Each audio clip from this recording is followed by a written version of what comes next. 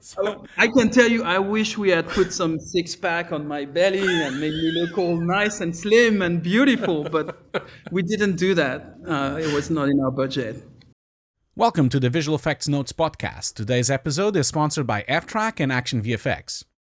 ftrack is an Academy Award-winning project management, production tracking, and media review platform for the creative industry. I've been using ftrack for the last 6 years, and it has helped me with all my visual effects projects. Forget about all the messy spreadsheets and the shared documents. ftrack is the best way to create a visual effects pipeline and to manage and communicate with your team and clients both locally and remotely. You can go to the video's description below for more information, or you can visit ftrack.com.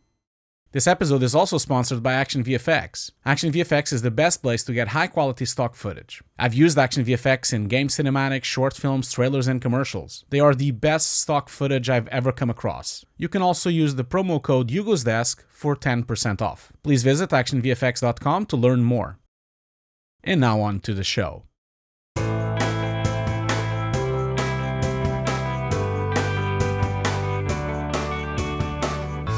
Hi everyone, welcome to VFX Notes. It's Ian Fales and Hugo Gary here with a very special episode of VFX Notes. We are joined by the amazing visual effects supervisor Stef Ceretti. Hey Steph, how's things? Hello. Hey, I'm good. You good? I'm good. How are you, Hugo? I'm very good as well. Very good. Thank you so much for joining us, Steph. It's a big honor to have you on the show. We're huge fans of your work for a long time. So thank you so much for doing this. Thank you guys. Thank you for inviting me. I'm a fan of your show, so that puts us on an equal level. Thanks so much for saying that. Thank you so much for liking our garbage truck on fire. Oh, we've never described it as that before, Steph. So thank you so much for liking mine. Well, if people don't know, Steph is obviously the supervisor from a number of Marvel films, including Eternals, Ant-Man and the Wasp, Doctor Strange, and Guardians of the Galaxy. But we thought, Steph, we'd start by going way back to where it all began for you in visual effects. What's your superhero origin story? It started a long time ago. I mean, if you want to start even before I actually started, I've always been kind of fascinated by films and movie making and all these kind of things. My dad was an engineer, and he had one of the first Apple II computers in France. I'm French. So I started playing with computers very early. And also my dad was, he loved filming stuff. So we had a Super 8 camera at home. So we were doing, with my brothers, we were constantly shooting like stuff blowing up in the garden and doing, stop motion animation, claymation, anything you can think of. So we were doing a lot of that stuff. My mom was a big movie lover. So we were watching like Cine Club on the Friday night late. I was a very bad kid. I couldn't sleep. So I was watching movies in English at night. With my mom with subtitles, and couldn't read, but whatever. And then so I was a big lover of that. I went to see, I think the first time I saw a movie that really inspired me was The Empire Strikes Back, which I saw when I was like maybe 8 or 9 years old. I always remember that night, and since that day I was like I want to know how they do it. So I started looking at that, and then years and years passed, and understanding more and more how computers work, and playing a lot of video games, but also trying to play with assets and 3D and all these things, understanding that would be maybe the way movies could be made later down the line. I started to play with 3D Studio at home, and I lived in a city called Lyon. In France, which had a lot of video game companies, and one of them was Infogrames, which was a very big video game company at the time. And there was lots of smaller studios all around the town that were doing graphics for Infogrames, like subcontractors. So I met one of the head of one of the studios. I was in school. I was in university learning quantum mechanics. What? And I did not know that. Yeah. And but I was like, it always stayed in my head that maybe I should do other things. So I started working for them during the summer, doing little assets for video games, little sprites and stuff like that. And then they told me, you should go. I told the guy, I said, I really want to try and learn more. And I ended up ditching quantum mechanics and going to an art school in my hometown, where the owner of that studio was a teacher. And then I spent a year there, and they let me do everything. It was kind of a bit of a free thing. No, not free school, but free going around. Because they knew I already knew how to do 3D animation, because I had done so much at home already. So they wanted me to learn storyboards and sculpting and, painting, all these things that I had no real good knowledge of. I still don't really have much knowledge of it. I'm more into photography and, this kind of arts. And then I ended up, I wanted to go to another school in France that was more prestigious at the time. Like I was like, maybe that's not enough. I need to do another school. And then I'm half Canadian, so I was in Canada for the summer, and they actually took me in the school. But then by the time I came back, you have to understand it's way before emails and all that stuff. By the time I came back from that trip in Canada, I received a letter telling me, oh, you were into our school, but because you didn't answer within 15 days, you've lost your seat. Oh. Yes. Oh, man. And I was like, oh my God. And I ended up trying to go to another school, this time in Paris.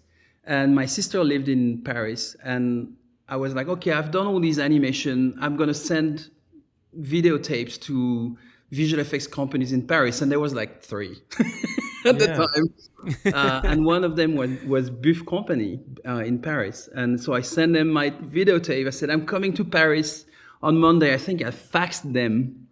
No, actually, I didn't send it to them. I faxed them telling them I'm coming to Paris. And then I get to my sister's place. It was on Sunday night. I get to my sister's place on a Monday.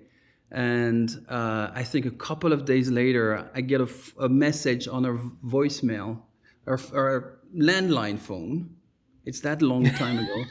And there was a post-it when I came back, and there's someone from BUF wants to talk to you. That's their number. So I called them back. I got the meeting, I think on the Thursday, and they told me, come back Monday.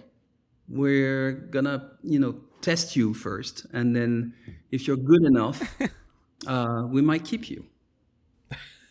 But you're gonna work at night. You're gonna work at night, because there was not enough computers in the studio for me to have a computer during the day. So it was you will come at like 6:37 in the evening when our R&D people are leaving, and you can take their computer, and then you spend the night here. The owner of the company, Pierre Buffin, the creator and owner of the company, was there 24/7 anyways.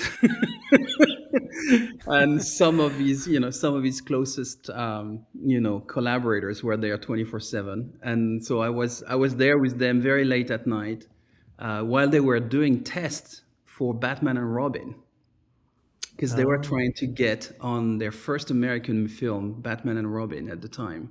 And so they were doing these tests of icing and all that stuff. And that's how I could spend time with them, looking at them doing these very secret tests that they were doing at night, and learning the tools. And the tools were really, really rudimentary. It was soft image, but then everything else outside of animation was done by scripting everything. There was no interface, or very little interface. You had to write your own script too. You didn't have a shader ball to look at your shaders, so you had to write down all the values for all the specs and the diffuse and the map, coefficients and all that stuff, and then render it and wait to see it happen. So everything was tedious, but it was good. It was a good school. So that's how it started. That's awesome. That's amazing. That's awesome. That's awesome. I'm guessing that you've passed the test, and because you stayed there for quite a while, didn't you? So I guess I passed the test, but I didn't work at night for 12 years or like 11 years, and then they said, oh yeah, maybe you should stay for another year. No, it was. I think I spent like 3 weeks working at night. Wow. And then I think actually what they were doing, and there was a few of us that just started at that time because they were really they were on the edge or on the edge of getting the contract for Batman and Robin, and they were kind of hiring, thinking that they would do it, and they started getting people like me that came out of school. So there's a few of us that some of them are still at BUF actually by today, and some of them I've been with or I've known for for 25 years for all my career, and they're either still in France, or some of them are in England, some of them are in Canada, anywhere, as everybody's going anywhere now. And we all started pretty much at the same time on Batman and Robin, and that was pretty rough, but that was fun. Can I ask you a question? I went to BUF in the early 2000s, and there were 2 locations back then. Correct. And one of the locations had all these taxidermied animals. Did that exist when you worked there? No. So when we started, it was kind of complicated. We were in another location, and in the same kind of neighborhood in Paris. Then when we did Batman and Robin, we needed more people, so the company kind of hired like 25 artists in a few months, which was big for us. Yeah. And we had another place that was just kind of down around the corner, so that we had 2 places. And then by a few years after, as the company kept on growing, we moved to that place in Rue Roquepine, which is where there was all that taxidermy stuff. But then when BUF started to do more animation films for Luc Besson, they needed extra space, so they had another place on the outskirts of Paris, a little bit more. And then that's about the time I left in 2008, end of 2007, beginning of 2008. So there was not too much taxidermy at the time. I know that there's been more and more and more and more and more. It was very like, I could imagine you were sitting there as an artist, and there's this like tiger like 5 centimeters from you. I thought that was pretty crazy. But anyway, when I left, there was not. I think there was like 1 or 2, but I know after that there was a few years later. I think it really filled up with more and more. But then they moved out of this. I don't know where they are now, but I've never been to that new place. And it's interesting. You were doing the Batman and Robin stuff, because I remember there was a really interesting thing on that film was, yes, BUF did do some freeze effects. So did Warner Digital. Yes. Warner Digital was also ended up doing the time freeze kind of stuff. They did some of that. BUF had done so much great stereography and photogrammetry, research for that for years, right? Yeah. I mean, actually, the test that Pierre and Dominique Vidal, who was the other guy, was still there. Actually, it's still at BUF right now. He's one of their VFX supervisors. Were doing was really based on photogrammetry, like reconstruction, and because the thing is that once you were freezing everything and you started to put crystals and everything, you needed to have a 3D scene to get the right refractions. And BUF was known for using, at the time, a render that was called Manta Ray. That was a full ray traced render. So the whole idea was using the photography and then recreating in 3D, mostly by guessing where things were at the time, to be honest, and recreating like even basic shapes of everything, and then placing it in a 3D space, reprojecting everything from the camera, filling up the gaps where you would get refraction from the back of that you wouldn't get from the camera. You wouldn't get the back, so you would come in and paint some extra maps to get the right refractions. And then they were like kings of photogrammetry, and they had done so much. There was tools that were recreating, from multiple camera point of view, recreating a 3D geometry, like you have in Metashape or mesh rooms, all these things. It was very not automated. It was very much like a hand process, but it was doing all the calculation for the triangulation of the cameras and the 3D points and all that stuff. So it was very advanced. Like when I moved at BUF, I had no idea of all these techniques. Like I learned everything there, like all the projection mapping and all that stuff. There was I had no idea that even existed. And they taught me everything in that world. And it was the basis of all their texturing pipeline. There was no UV in what we were doing at BUF. Everything was projected. So you would do a render of your 3D object, you would unwrap it by hand, and then paint on it, and then reproject it. You had an unwrapped model that you would project from a camera, project from a camera, paint on it, rewrap, and then transfer the textures, and then render your object. It was kind of very mind-bending sometimes, but very powerful at the same time.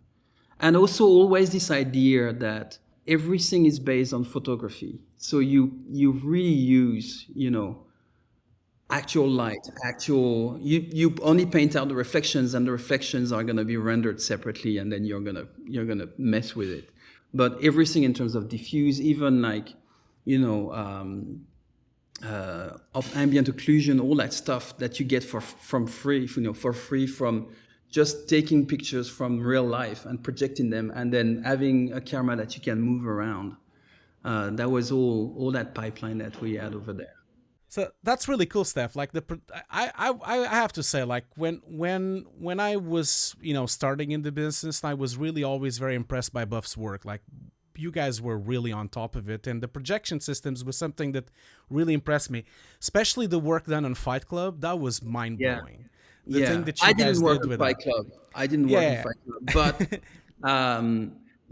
that was totally down our alley, like virtual camera projection, projection mapping, photogrammetry reconstruction, all those tools that were definitely there.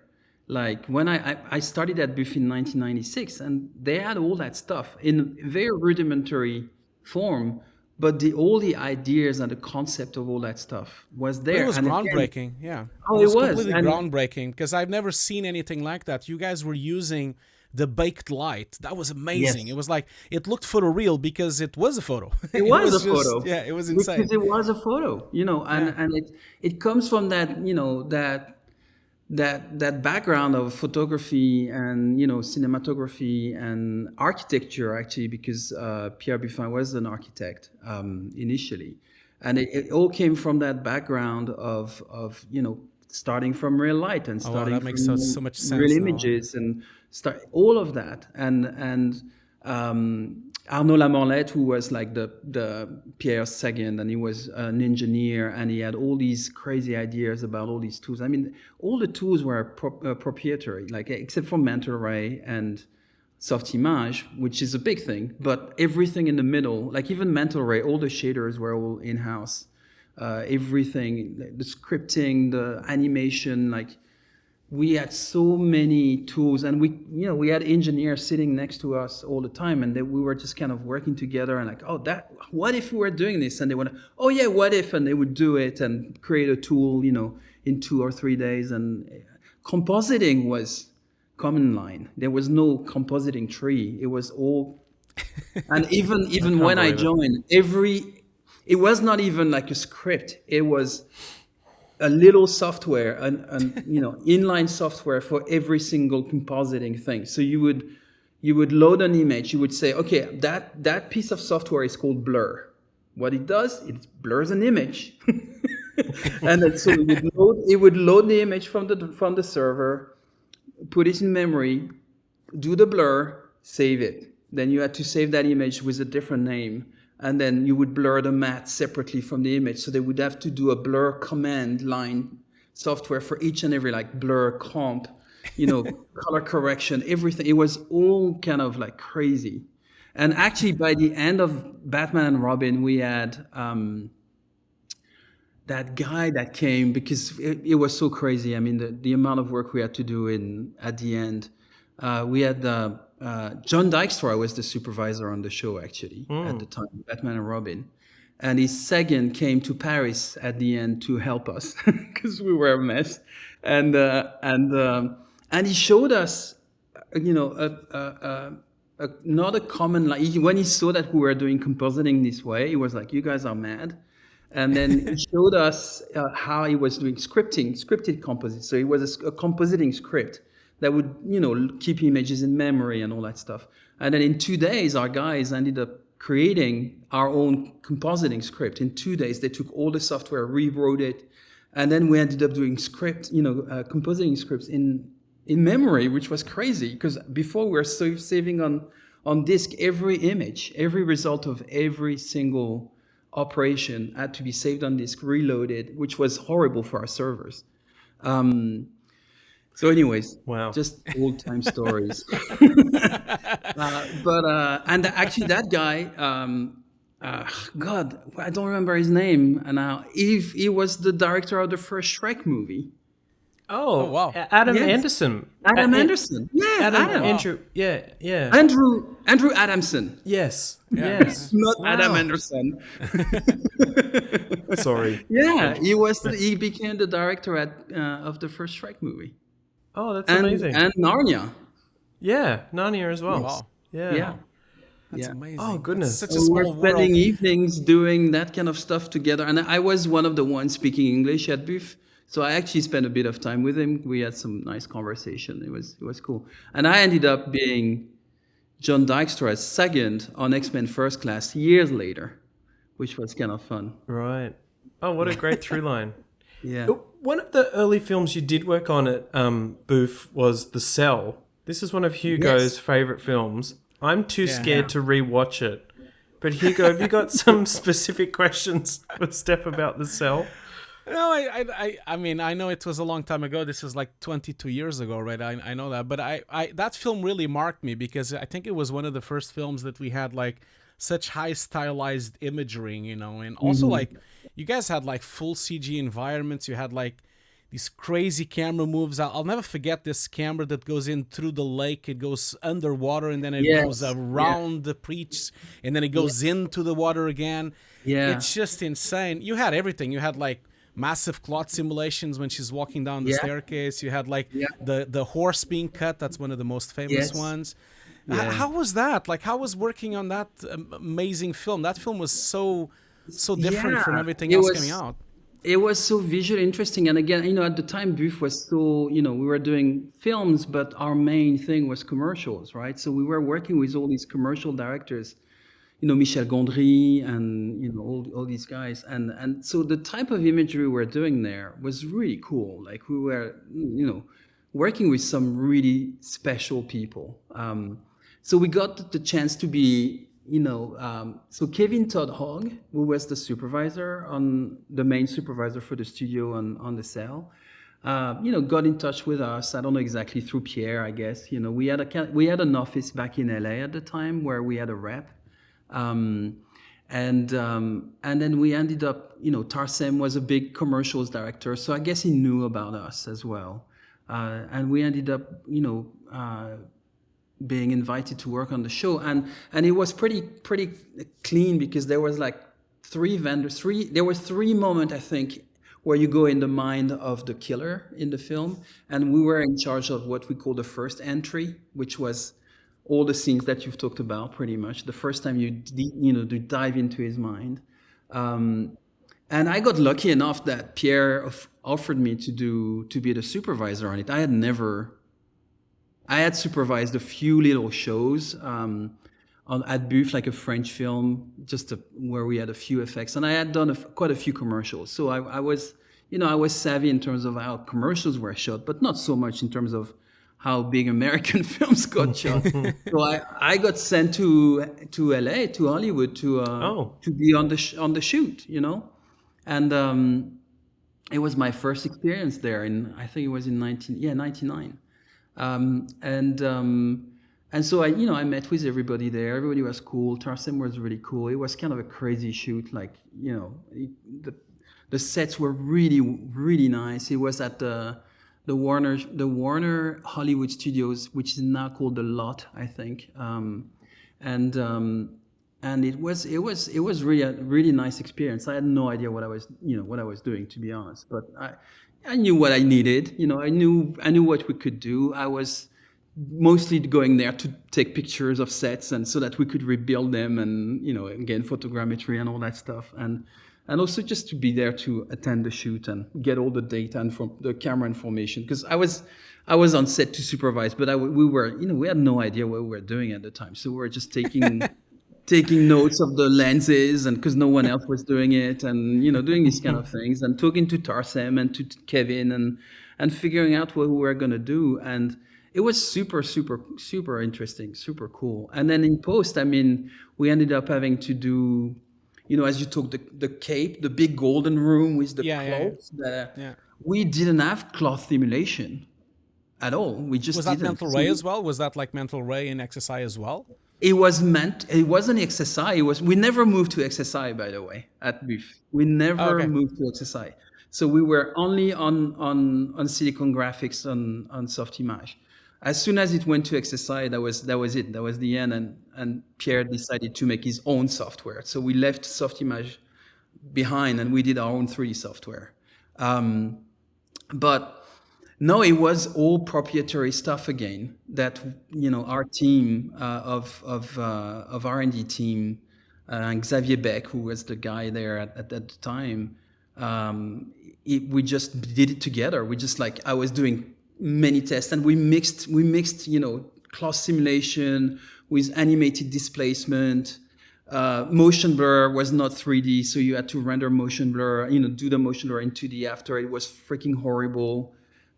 Because the cloth was moving so fast that you didn't get, you got like straight lines with the motion blur, so it was really bad. And they, Tarsem was really specific about the way he wanted the cloth to move. It was so hard, but we got it, we got it done, and we did a lot of, set extensions with the gold, all that stuff. And actually, I had my first experience of an earthquake while we were shooting this scene.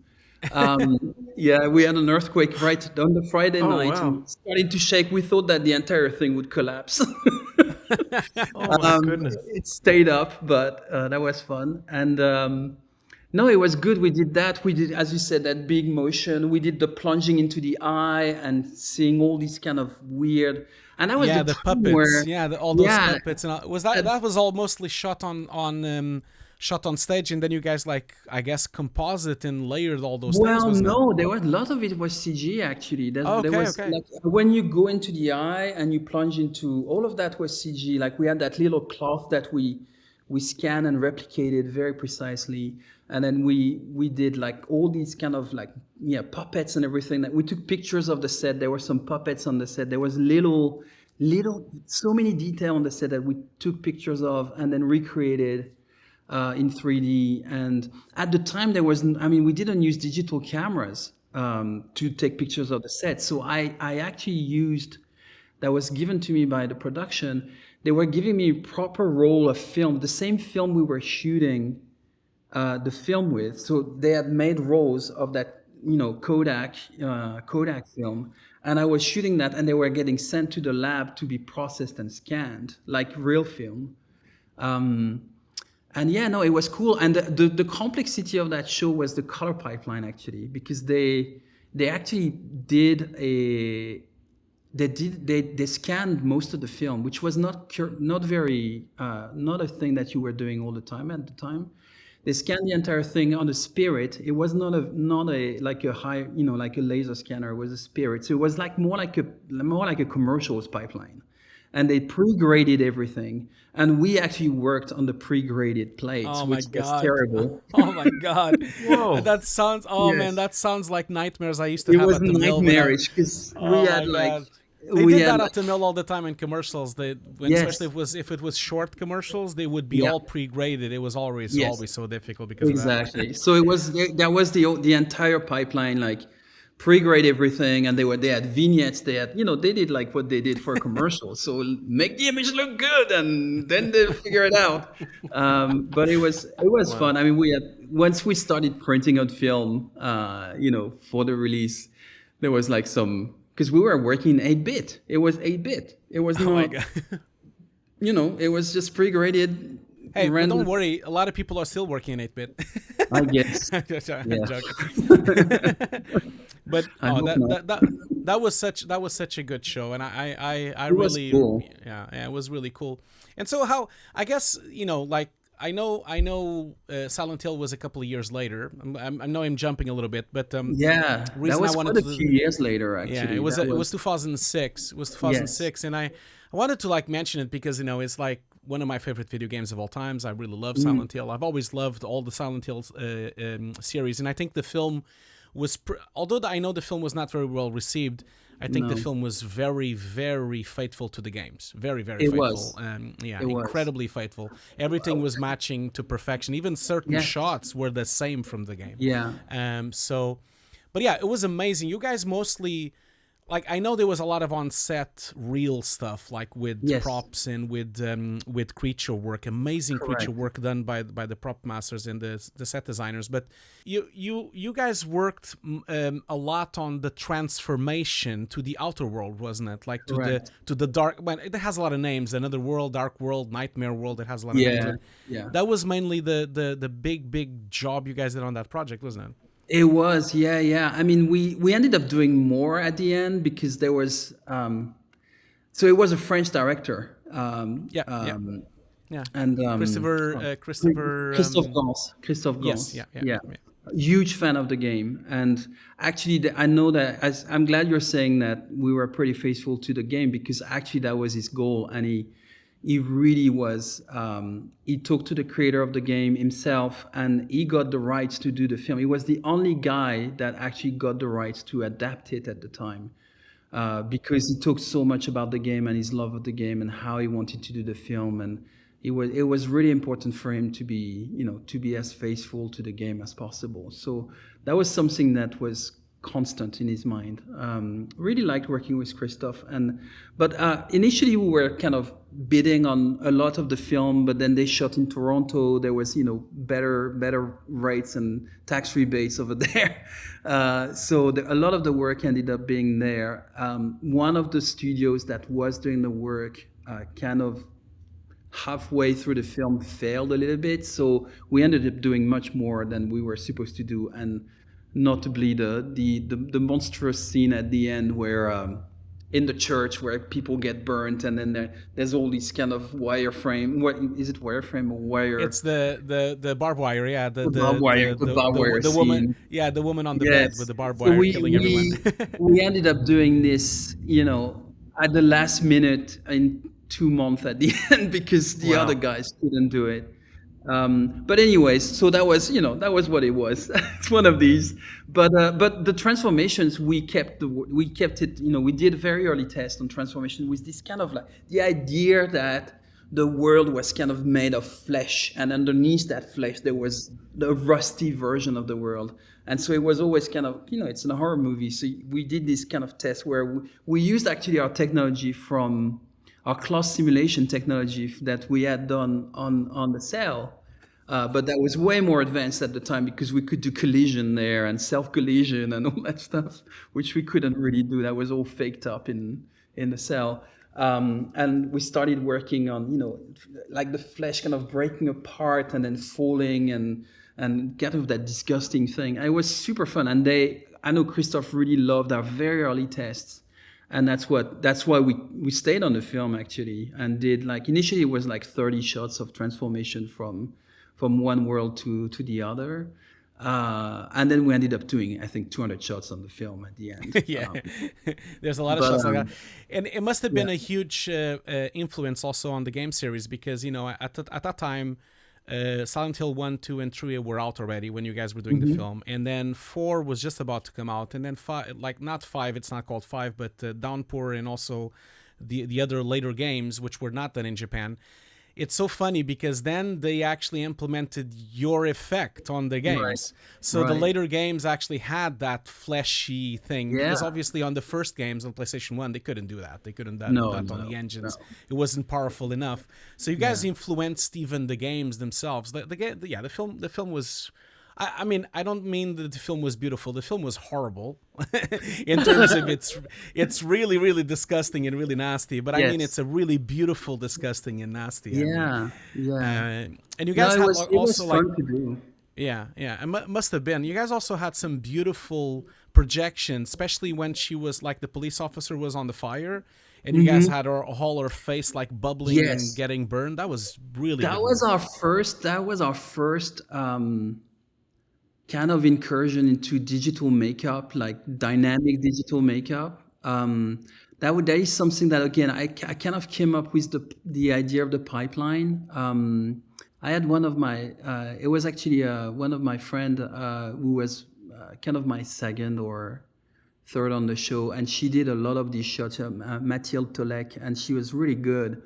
And we went through hell to try and make it work because the match move of the face and having all the skin kind of bubbling and crisping like crispy bacon, burning, and then she was there and then getting flaming and all that stuff. That was we did a 3D we did a 3D track of the face, and then we unwrapped it like we were always doing, and then we had to do we did 2D trackers that then got projected onto the 3D model that were giving us like warping control points. I mean, it was pretty complicated for the time, but we found a way to do it. And then we used that in Batman Begins as well for some of the shots of the, where in Batman Begins, we did all the kind of illusions, the moment of like super high. Oh, those are beautiful. The motion, like it's like the shaky Yeah, the motion super blur high thing. motion blur. Yeah.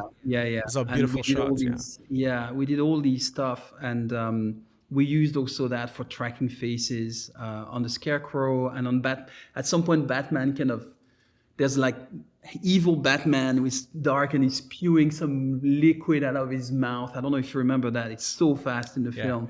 But we did use that as well to motion track perfectly, like facial animation with faces moving and lips and all that stuff. That was a good pipeline. It was actually, once we had it sorted out, we could do pretty much anything. It was really, really nice. Yeah. And Steph, just to go back a bit from Silent Hill, the Matrix sequels was something you worked on at BUF as well. Yeah. Quite formative for you, I understand. Yeah, it was. Yeah, because I finished. I think I finished The Cell, and then I did another movie. I think it was it Simone? Simone. Yeah. Which was, I came in as just to help finish it. This one, I didn't go on the shoot, but so I did that, and then as we were finishing, like Pierre was like, hey, I think we're gonna work on Matrix Reloaded and Revolution, and I think you should do it. So I was like, oh, okay. It was in Sydney, Ian. It was in your town. So I was like super excited to go there. And but the funny thing is that I knew, because you look at the first Matrix, and the big thing of the first Matrix was the bullet time, right? Which at BUF we had been doing way before the first Matrix came Frozen out. time stuff. Yeah. Frozen time stuff, like I wasn't there yet, but they did stuff with the Rolling Stones, all these kind of commercials that were using bullet time, and there was a French photographer, I don't remember his name, who was doing this kind of thing with arrays of cameras. I mean, there was something that had been going on for a little while. And I know for a fact that as we were working on Batman and Robin, which was a Warner Brothers show, we got, I mean, not me, obviously, I was just a little animator at the time, but Pierre got in touch with, I mean, the Wachowskis got in touch with Pierre, and I think John Guerra got in touch with Pierre about working on Matrix. And Pierre didn't know who they were. They had no idea. He had no idea who the hell was these people.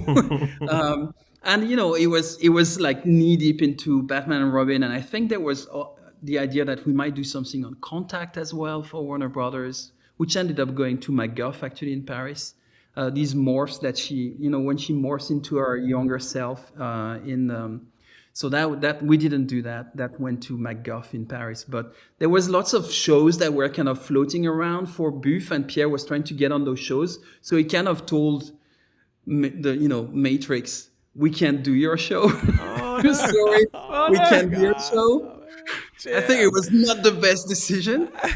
But, Obviously, Oh we my didn't God. know. We did not know. And then a few years later, they came back and they said, we're doing Matrix 2 and 3, but we didn't end up doing any bullet time. We ended up No. doing all the code stuff, all the green code stuff, like all the designy stuff. They liked us for designy stuff.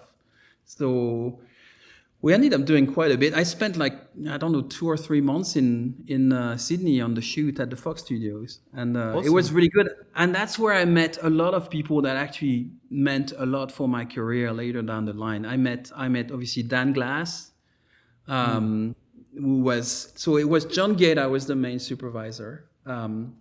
He had done the first one. Dan Glass was the supervisor for everything that was taking place in the Matrix. And John Desjardins, DJ, was the supervisor for everything that was taking place in the real world. So Zion and all that stuff.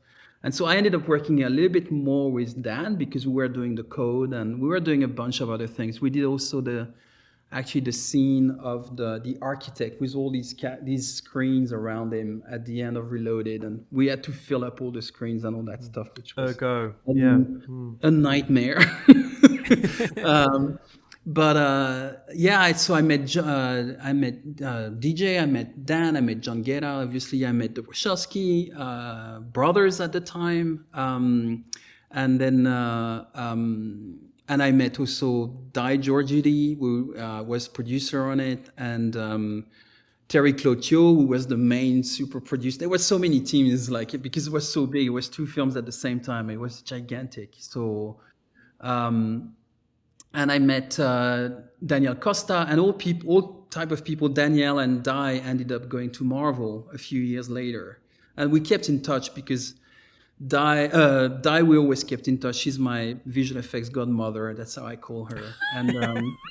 And Danielle ended up working on Alexander, which I did a few years later at BUF, but she ended up marrying one of my co-supervisor on the film, another French guy. And then she ended up going to work at Marvel, Danielle and Di on Thor. And that's at the time that Marvel was looking for people in London, and I was in London. I had moved to London at the time. I was at MPC, or was going out of MPC actually. And they told Victoria Alonso, they said, maybe you should meet Steph if you need people in London. They needed people for second unit, covering second unit for Captain America, the first Avenger. Not the first Avenger movie, but Captain America, the first Avenger. And so they told Victoria, well, we know Steph. We don't quite know if he's busy or not, but you should meet him. And that's how I met Victoria, and that's how I started working with Marvel. Wow. So and then in parallel, actually, Dan Glass ended up doing being with Yannick Sers on Batman Begins, and I was still at BUF at the time, and I ended up working on the first Batman Begins. That was my second Batman film, a much better one. So that's how I met Chris Nolan, and I ended up doing The Prestige with him. And I was supposed to do Batman The Dark Knight, but then that's when I moved out of BUF. I finished my 12 years at BUF. I was like, this is it. And I moved to London at that time. So it's all, it's all people you meet, and we're still, all good friends and follow each other, and, spend time when we can. It's all such a small world. That's the thing, It isn't it? is. That's always what I always tell my students, and I always tell everyone that I meet. It's always very small group of people, and everyone knows each other. Everyone is very friendly. Yeah. So I guess, Stephane, was that because when you left BUF, like, Yes. you then started making more and more projects, especially for Marvel. You were not actually on any company at this time, were you? You were actually production VFX. No, I Soup, was. right? I was. So it was a bit complicated. So I left BUF. I went to MPC. I did Prince of Persia there. By the end of Prince of Persia, Dan Glass actually had started working at Method in LA, and they wanted to open an office in London. So he asked me, can you open the London office? And I left MPC at the end of Prince of Persia, and we started the London office, which was not, it was a very slow start. And at the same time, it was in 2010. At the same time, I had the people from Marvel coming after me, and then because the Method office in London wasn't starting very quickly, I ended up being a loan out from Method to Marvel to do. I actually did quite a few films like that. I did second unit on Captain America, and Chris Townsend was the main supervisor. So that's when I met Chris. And then I did X-Men First Class, and that's as a loan out from Method again. And I ended up working for with John Dykstra as the main, and I was his second in post production. Then I came back. I did Cloud Atlas, same thing, loan out with Dan. So Dan was the main supervisor, and I was kind of like his second on that, which was a great experience. That was your second time with the Voskis as well, because you were there doing the match. Yeah, second and a half, because actually when I was at BUF, I was supposed to work on Speed Racer, and I did a lot of the initial R&D on Speed Racer. And then they went out to kind of pitch it to the studio, and by the time they came back, I was already on another show, and I couldn't do it. So I didn't do this one, but it was, so I did that, Cloud Atlas, and then I came back. I did Thor 2 as the second for Jake Morrison. And then after that, Marvel said, okay, we think you can do, you can be the main guy. And they offered me, I will always remember, I was in Soho Square, sitting on the grass, talking with Jane Underdahl, who was Victoria's second at the time, and we were drinking orange juice, and then she looked at me and she said, "What would you think about doing a film as the main supervisor, but it's gonna be with a raccoon and a tree man?" I was like, I paused. And I said, "That sounds cool. That sounds different. I'm all for it. That seems cool." There you go. That was it. And Guardians, what was so cool? You're talking about Guardians of the Galaxy, of course, with James Gunn. It was such a different Marvel film. That's obviously what Jen was referring to. Actually, just to ask you that about the raccoon and the tree, I remember seeing on maybe the DVD or somewhere Framestore's test for that. Yes. I'm always curious about those really early stages and early tests. Like, how did that go down for It's Guardians? actually funny because I still have it. I have it on my laptop here because I have my keynote I have a full keynote explaining how we did it. Oh. And I actually pulled it out. Gimme, Steph. Gimme. I pulled it out 2 days ago. Or was it Friday? No, it was Friday. It was 2 days ago. And showed it to James again because we were talking about it with, I don't know who was there, but we were talking about it and I showed it to that person. And so, it was like, we had basic concepts of what the characters would be. This dev at Marvel had done some concept work, but we wanted to do an animation test to test the vendors, because obviously that was something that, even though we had done a lot of stuff with the vendors in London at the time, that's something we wanted to explore a little bit earlier on, before we started shooting, and what they look like. And also we wanted to figure out how to shoot it. So we shot some plates at the back of Shepperton Studios. James had actually written a short film of the first encounter between Rocket and Groot. And he storyboarded the entire thing. We couldn't do the entire thing, but there was the end section of it, which was just them coming out of a manhole cover, blowing it up, and then rising out of there and shooting everybody around to escape from the prison they were in. The same idea of the shot spinning around and all that stuff. So we had MPC, CineSite, and Framestore do the test. With unfinished concept. We were looking at it the other day with James, and we were like, they look so cute, like different, completely different, but so cute. Framestore and PC, CineSite did a great test. They all did a great test. Like, everybody was so excited to work on this. But MPC did a great Groot what sold James on that was Groot. After I had come out of the manhole cover, he was kind of into his own wood, like stuck into his own wood and breaking apart with his feet, like his feet breaking apart, the thing kind of cracking, and then him doing his first step being very heavy. And James was totally sold on it. I loved it. And then Framestore had completely outdid themselves. They did the entire sequence with like guards there and guard towers and crazy. It was crazy for a test, and with explosions and flames. I mean, it was so good, and it wasn't as detailed in terms of all the effects work that was going on with Groot and the way he was moving, and Rocket looked like a little toy, like for a kid, but it looks so cute.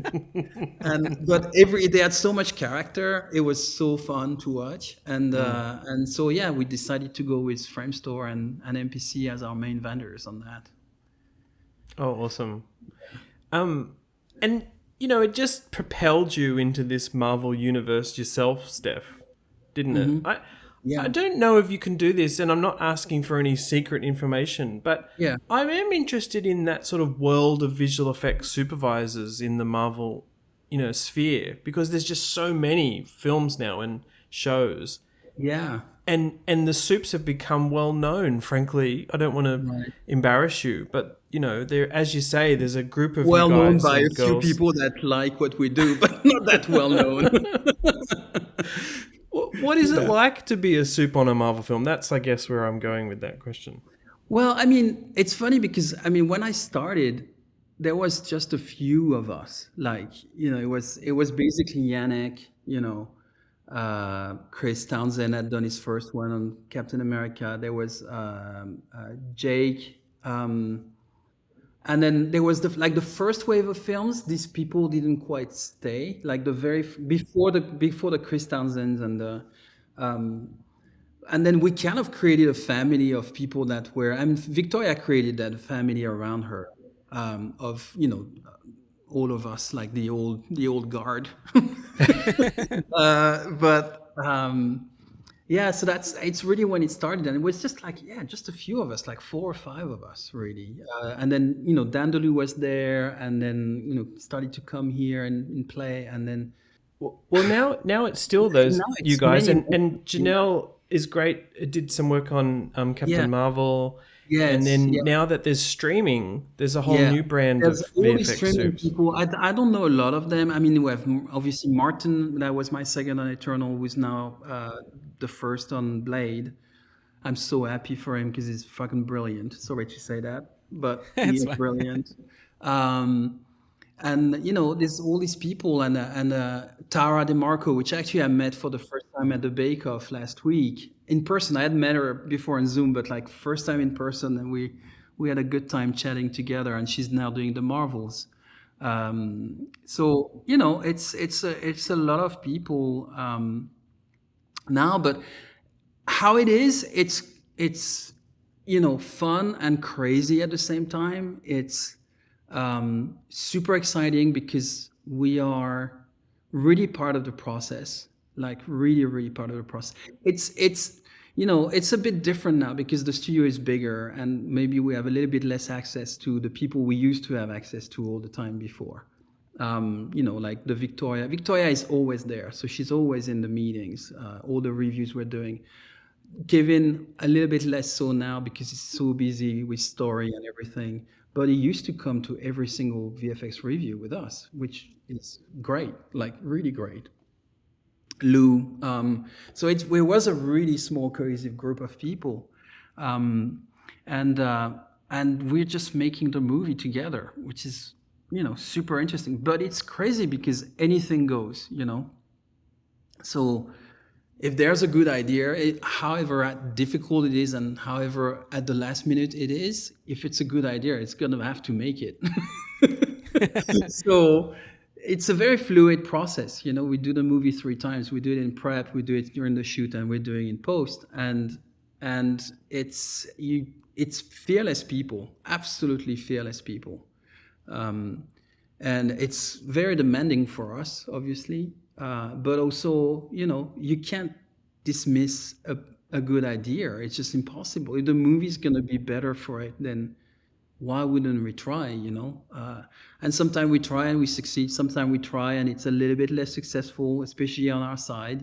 Sometimes we're pushing it a little bit too far, and we're trying things and it kind of like, I wish I had more time. That good idea would have been welcomed a month before. Or 2 months or 3 months before. But there's always something good. It's very stressful.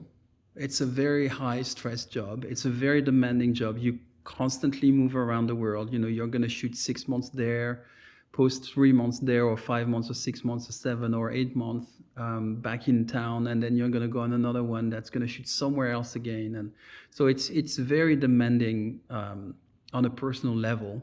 It's long hours. You work with so many brilliant people everywhere in the world. You work with all the vendors, but they're everywhere in the world, so they are 24/7 opened and asking you questions. So, and the earlier you answer, the better the image is going to be. So you gotta answer early. But after all these years, everybody's good friends, and we've gone through so much, and it's good. I've been lucky to keep my producer with me all the time, Susan Piquet, and she's been with me from the first Guardians, and she's on the Guardians I'm doing now, and we've done all our films together, so we know each other very well now, and it's good. We have all our favorite vendors and favorite supervisors we like to bring along with us when they're available. And we know the people at the studio very well. We think we can think ahead, but sometimes they always surprise us, which keeps us refreshed and awake. But no, it's good. The good thing also is because especially the old guard, as I was saying, we all know each other very well. We've worked with each other one way or another. Either I was the second for Jake or for Chris, or I ended up doing Guardians, and then Chris Townsend ended up doing the second. So we talked about the characters, and Jake. He had to do stuff in New York because he was with Doctor Strange or whatever, and then we exchanged stuff. We always talk about everything. Dan DeLu, I've been on Endgame to help a little bit on Endgame during the reshoot. So I've worked with him. I worked with Martin. Martin was Dan's second. Again, we all know each other, and then Dan ended up doing the second unit director on Eternals. We all, it's a good family.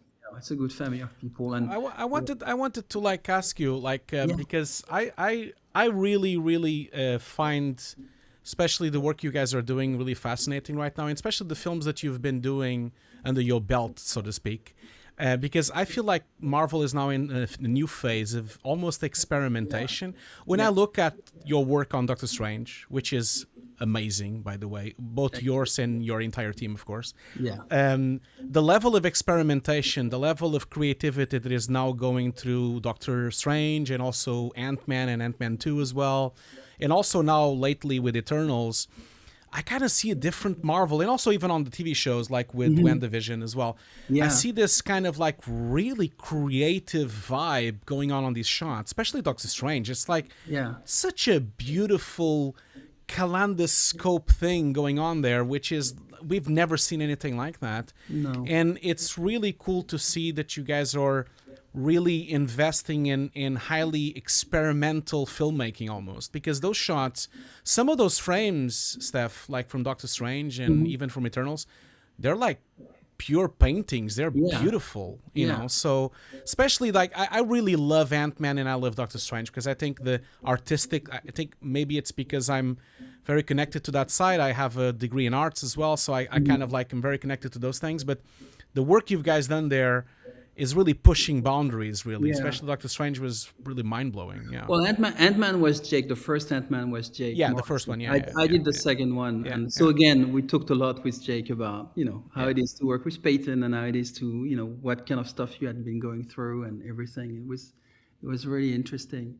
But yeah, I've been lucky enough to actually do the ones that are the off-piste movies. But it's amazing. It's amazing because those are the ones that are really pushing the boundaries for the imagery on this phase of Marvel now, you know, because Well, I mean, that's what I like doing. It's like world building, and I mean, I come from BUF, like that's the kind of stuff we were doing. We were doing like the weird stuff. Like if there was, I mean, there was a thing that we were always talking about when I was at BUF and we were with the other guys. And every time we had like a studio that was shooting in London, and all the London vendors were doing the big stuff, which we were all wanted to do, right? We were wanted to do the big stuff. But then as soon as there was a scene that they had no freaking idea how to do it, they were like, oh, cool, BUF, drop it on their lap. It's gonna be a mess because they're French and, you know, they eat cheese and drink wine, but they'll figure something out.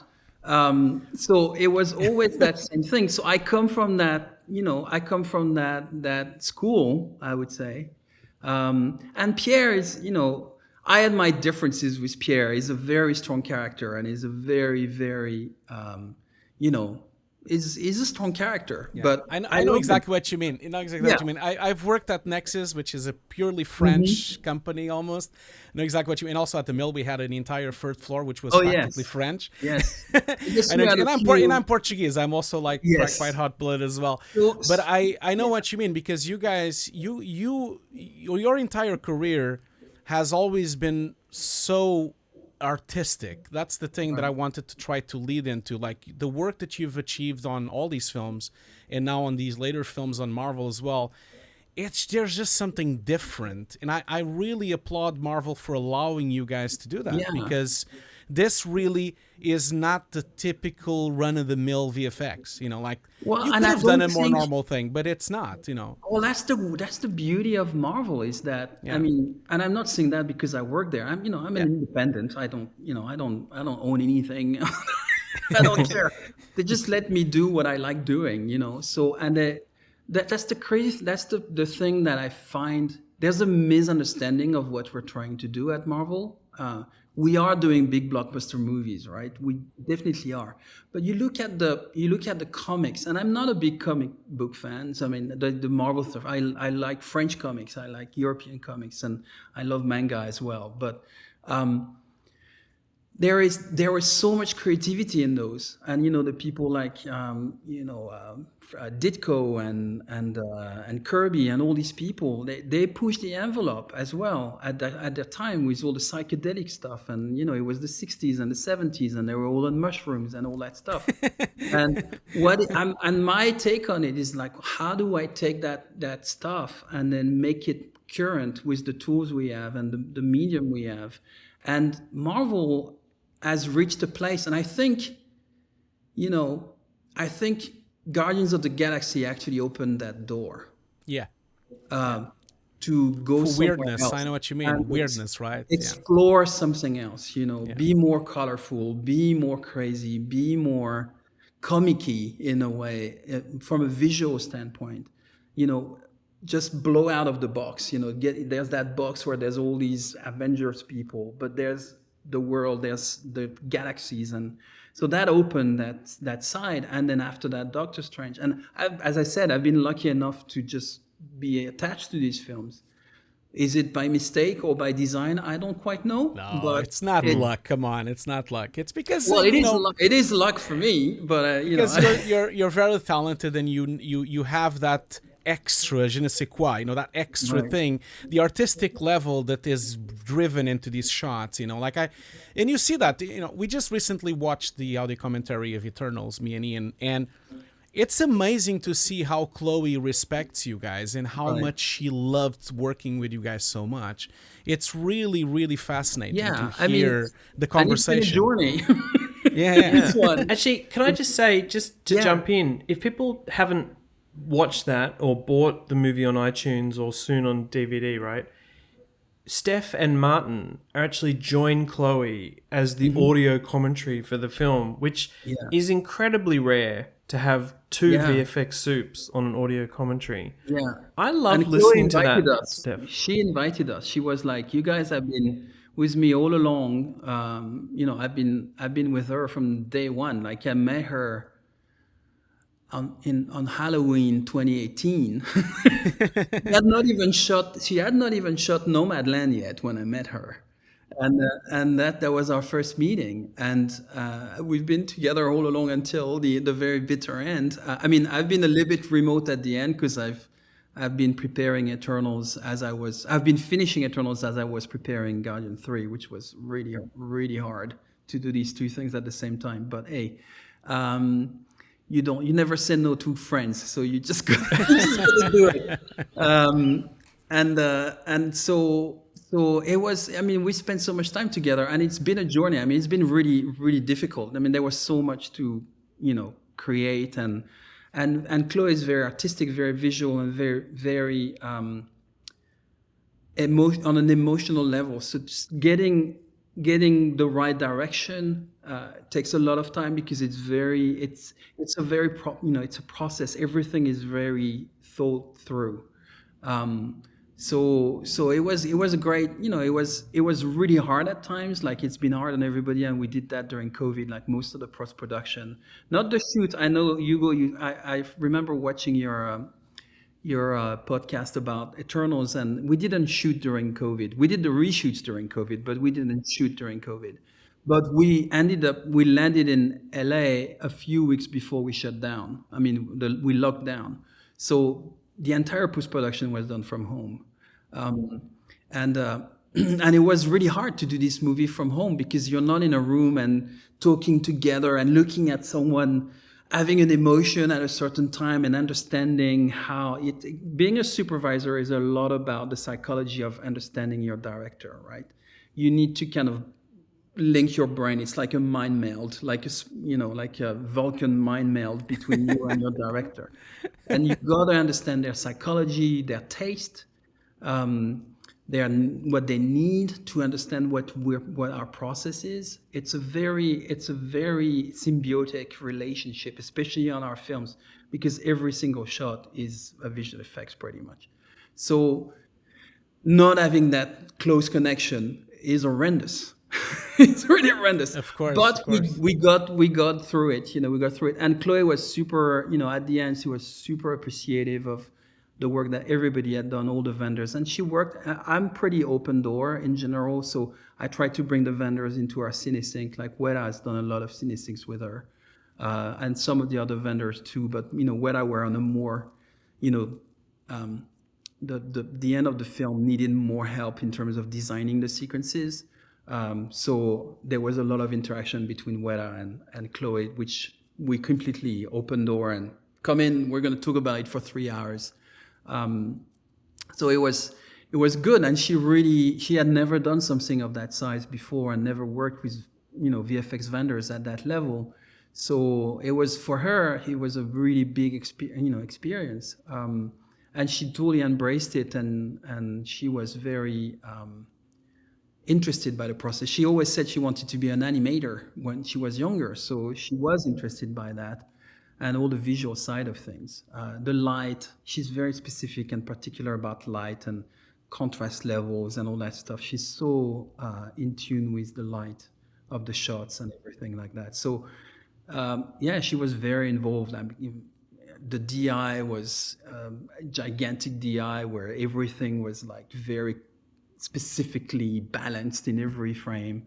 I've never spent so much time at the DI with a director. Never. But that's why the film is fascinating, because the film has her.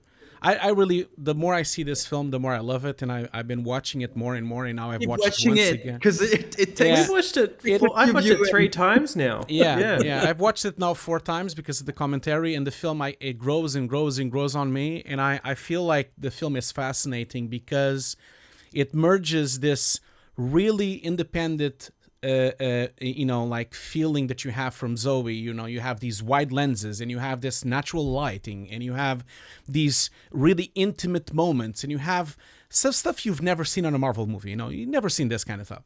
But then this, together with your visual effects and your team's visual effects, completely merged seamlessly into this natural world. This is very special, what happened on this film. I think Eternals is probably unique on Marvel's catalog of films, because I don't think any of the other films looks like this. And I think it's credit to your team and to Chloé's, this merging, like you mentioned, this merging of creativity and independent spirit that the film has.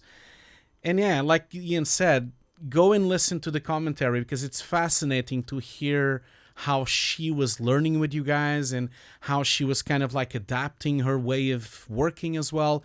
And really, on the end, it's fascinating to see even her saying that she started a bit afraid of visual effects, and now she's not afraid of it anymore. She's like much more in line with it and really trusts much more visual effects, which is great to hear. It's fantastic to hear. It was such a perfect marriage between the artistic vision of Zoe, from a point of view of using very peculiar lenses, wide shots, natural lighting, things that are not completely common on blockbuster movies, because it's all very not organic. A lot of times it's staged and very, very much filmed in the stage. And she was very adamant of going outdoors, and she was adamant of using natural light and using very wide lenses, and also learning with you guys at the same time, learning with you and with Martin as well. And it was amazing to watch the audio commentary, seeing a director that came from an indie background, really afraid of visual effects, like most filmmakers are, because they don't really know much about it, And it's fascinating to see the journey that she took with you guys and learning all this thing, and now she's so at ease with it. And yeah, like how was that experience to kind of like navigate that? Because it must have been hard as well, because you guys you were doing things that are not very normal, like really long shots, very wide lenses, difficult stuff, No, I mean she definitely came from our indie background and shooting with one camera. Our DP on our films just shoots with one Ronin rig and one camera all the time, and they just shoot whenever they think the light is good. And they shoot these very wide lenses, very close to the faces, but seeing people within their environment, a depth of field that is nothing like the shadow depth of film you get usually in, showing everything, showing the world. Long shots. Our big thing is, for action sequences, for example, she kept on telling us, it's not the camera that does the action, it's the action that we film with the camera. So the camera is not going to be shaky or moving around like crazy. The camera is going to be there. We're the audience. We're looking at what is in the frame needs to be the excitement. The camera is not the excitement, which is, an unusual thing to do when you go talk about action sequences. So all these things where, I don't think we can shoot much in a studio personally. I kept saying that, and she didn't want to shoot in a studio, but there's always pressure of shooting in a studio. Like, for example, the scene in the forest, there was initially we were like, oh, let's shoot that. We can do a forest in the studio. We've done that before, and it's a scene that was supposed to be at night, and shooting for 3 weeks or 4 weeks in a forest at night is not great. And then they wanted to split it across 2 sets, which meant that it would have been even harder to kind of stitch everything together. And Chloé had never done shooting on set like that, So I remember talking with Chloé and saying, well, I think we should just shoot it outside, shoot it in a real forest. And she said, yeah, I'd love to, but we're told we should shoot. I said, well, we should just not do it. We can't do it. We're gonna be miserable because you're never gonna know where to shoot and what you want to shoot, and it's gonna be you need that kind of organic understanding of the space. Like, she needs that. She really needs that, and that organic understanding of the light. And she's all about that. Like, a funny thing that she told us, like, even when we were shooting in the Canary Islands and we were starting to do post-production on the shots, and the guys from Weta had just came off, Endgame. Like, it was Matt Aitken who had done Infinity Wars and Endgame. And these guys are much wilder than I am in terms of replacing everything with CG. I'm more into keeping the plate as much as we can, or trying to shoot as much in camera as we can. And they're a little bit because it's a different beast. Like Infinity War and Endgame is such a different beast from Eternals, and the way they shot it all in studio and everything. They were used to replacing much more than I usually do, or even more than Chloé does, because she never does visual effects. So like there was all these shots where, where that comes in, and they had replaced all the skies so that all the skies would be the same, so that there would be continuity, and it's great. No, don't do that. Chloé was like, why did they change my skies? Even though the skies didn't match. They didn't match in the original photography, because you shoot these sequences over 2 weeks, 3 weeks on the beach with clouds coming. You're in the middle of the Atlantic. It's just like light changing constantly. But she wanted that. She wanted that because she said, this is the contrast levels, the light, the reason why we framed it this way to look at this cloud at that time of the day is because we wanted this. Don't change it. Don't touch it. Don't change that. If it doesn't match with the next cut, it's not a problem, because that's how I would have shot it if it wasn't a visual effects film. Yeah. So and no one is really going to notice, because people are engrossed on the story. Yes. That's the whole thing. Yes. They're engrossed on the story. And if you just look at many films that were shot before visual effects existed, it was happening all the time. You'll notice if you're in a review session on a dailies, you notice. But that's because you're looping the shots. Yes. No one is going to watch the film looping. In the flow of the film, it just happens. And it makes the film, even though everything that happens is completely extraordinary, you're making it grounded, because you're making it, not perfect in terms of the cuts and all that stuff. So it's weird, because it might be a bit jarring for, modern audiences that are used to this kind of film being, very smooth in that sense. But she didn't want that. She wanted to have the natural light as much as possible, which created a lot of problems for us. But because you have lighting setups that change for every shot, but change widely. Yeah. And then you had to have a lot more HDRs and more references and more everything. Which we try to do, but again, you're on a freaking island in the middle of nowhere, and we're shooting for the last 20 minutes of the day, we're shooting a full minute and a half sequence. You have nowhere to place your witness cameras, because you're shooting 360 degrees. The actors are all there. The camera guy goes from one actor to the other, to the other, to the other. We've shot our coverage, and we're done in one long take. And now it's nighttime. And now it's wrap it up, because the tide is coming up, and the light is gonna go down, and you're never gonna know where to find your van that's bringing you back to the hotel 2 hours away from here. So it is what we were facing constantly, but that made the film different. But the thing is, like that, for example, the scene on the beach was, 40% of it is full CG shots.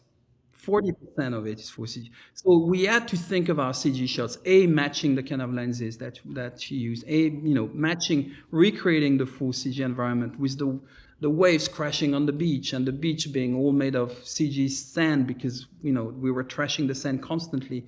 And then, trying to put these imperfections in the shots, the CG shots, to match the fact that we couldn't have all the CG shot being with that nice constant sky that we had in mind, and then all the other real shots with all the sky and the clouds and the things. We had to mess up our CG shots to match the messiness of the original photography. Yeah. You did a great job. Yeah. Steph, I'm going to say, look, that beach sequence in the third act was amazing, but it's not nearly as good as your cameo in the film. My cameo is all in camera. That's why it's so good. I can tell you, I wish we had put some six-pack on my belly and made me look all nice and slim and beautiful, but we didn't do that. It was not in our budget. Too much work. I did love it though, because it deals with stuffies, which I have this weird obsession with. Was it a stuffy of a deviant? Is that what it actually was? So, we have this scene in Bollywood where we shoot, Kingo doing his dance number, and he's now doing Bollywood films. And we wanted to have the blue screens, even though we had notes in post saying, when are you going to get rid of the blue screen? Well, we're not, because it's supposed to be here. And then there was that idea. It was a much more complicated scene before. There was kind of an hologram it was kind of crazy. And then we said, no, we're just going to make it simple. You're not going to be confusing. It's going to be them shooting a scene. And then I said, well, I guess if there's a blue screen, there should be one of us on screen doing the balls and the stuff. There was a fake deviant that was supposed to come down. And then the idea came. I do cameos in every Marvel film I supervise. You might find them. So that was my cameo. I was the on-set, guy in a gray suit with stupid tracking markers on everywhere on me.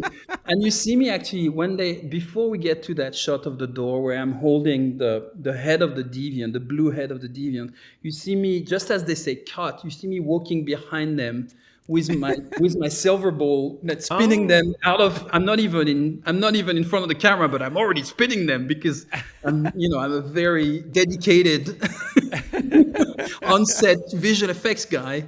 And you just see me running behind them, and then you see me in the opening of the door, and I'm carrying that. And there's a few other members of the crew in there too. There's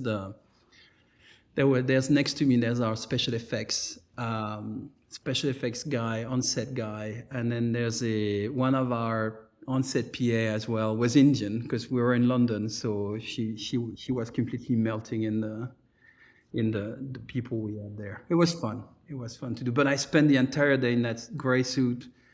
Actors were making fun of me constantly. That ended up being the day where my son came on set for like a work experience to meet because my son wants to work in makeup. So cool. So he came on set on that day because it was a big day. So he came in the morning and then he spent the entire day being embarrassed by his dad being in the gray suit. So that was kind of funny. Love it.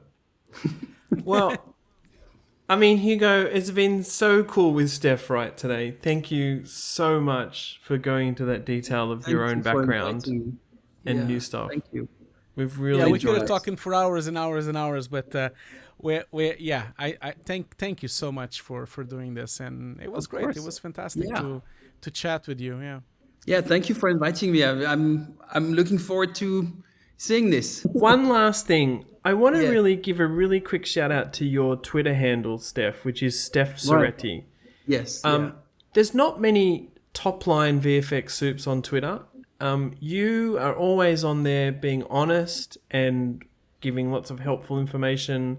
You're a really fun follow. I really encourage people to follow you on Twitter. Thank you for being on there and Instagram as well. I don't always talk about visual effects. I talk about many other things, but I do interact with a few, like you, people like you and other ones, and a few other supervisors that are on it. It's fun. I think it's a community that needs to grow a little bit. I think we need to talk more about what we do and, explain. There's always, I talk a lot with Todd Vaziri from ILM, which is someone I really love, and that really is like a well of knowledge about the history of visual effects and stuff like that. And we have that. We could talk about that for hours, I guess. But there's that thing about CGI being terrible, and actually that's one thing. If we have another 5 minutes, maybe I can tell you, which was the very interesting experience working on Eternals with Chloé again.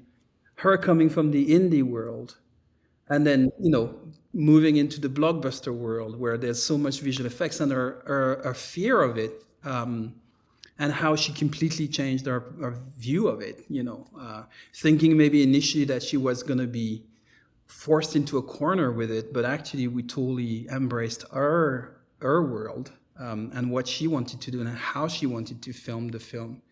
And she kept saying, and we had a very deep conversation about how can we make our craft more appreciated. And that's something that I know she's very interested in, because she had I felt like she had a good experience and she learned a lot, and I was very happy to be with her during that journey. it's funny. I had an experience when I was in France. Actually, I had to go to one of the French school of filmmaking, a filmmaking school in France. I won't say which one. And I got invited to do a presentation about visual effects. And I told that to Chloé. I said I went there, and there was different branches in the school, and we had people from production design that came. We had people from production, people from there was maybe a few writers and stuff like that. None of the people that were in the directing branch came to that presentation. And I was very sad. And I talked to the head of that school, and I told her, why are they not coming? And she was very pissed off as well, because she had organized the meeting and it was part of their curriculum to come and see that. And I said, and when I did the presentation, because I knew about that information, I said, I think, you as filmmaker, you shouldn't be afraid of knowing about the tools that you're going to have to use maybe later in your life. And visual effects is one of these tools. It's a very efficient and powerful visual storytelling tool. And movie making is storytelling with visuals.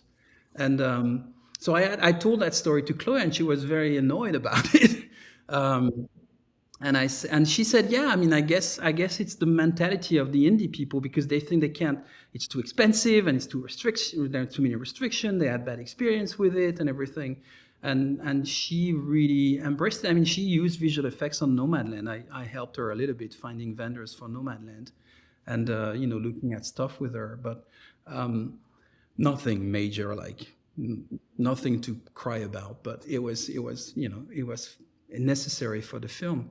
And she totally changed our vision of visual effects and, how to use it and how to, be very mindful about, disciplined about it, but at the same time, just not being afraid of it. We were talking about Twitter, and I think there's a lot of, bad press about CGI, and it needs to be practical. And I think some of us have created that mindset.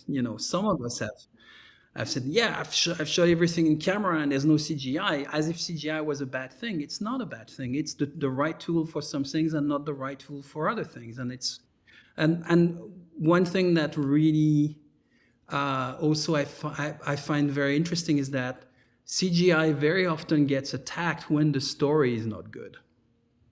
And because what happens is that if you're not into the movie, then you start thinking about what you're seeing a little bit more, and then you start taking it apart and criticizing because you're bored by the story. So your mind goes somewhere else. And the truth is sometimes it gets attacked not because it's bad CGI, just because it's either bad use of CGI or just the movie's bad, and then everything gets hit by it. You're dead right.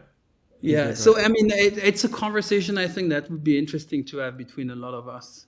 How do we fix this? How do we address this so that we don't get lumped into it, and we don't there's so much good work that is done that gets criticized. There's bad stuff that is done too, and sometimes done under lots of pressure and very little time, and you just have to get it out. But it's a hard conversation. How do we make what we do seen under a better light? It's interesting. Yeah. Well, join us for part 2 of the VFX Notes with Stef Ceretti, where we analyze this for 3 more hours. No, thanks again, Steph. It's been such a pleasure chatting to you. Really appreciate it. Thank you. Have a good night or a good day wherever you are. Thank you so much. Awesome. Thank you. Thanks, everyone. See you later. Bye.